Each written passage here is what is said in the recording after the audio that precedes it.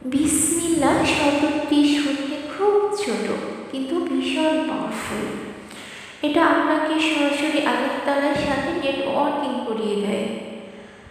কোনো কাজের শুরুতে বিসমিল্লাহ বলা মানে কাজটি এখন আর আপনার একার নয়, বরং আপনার সাহায্যে এগিয়ে আসবেন আল্লাহ নিজেই। সুবহানাল্লাহ। তখন বসে না থেকে এগিয়ে আসবেন ফেরেশতারাও। এখানেই শেষ নয়, বিশ্বজগতের সব কিছু আপনার কাজটি বেগবান করতে হয়ে উঠবে তৎপর।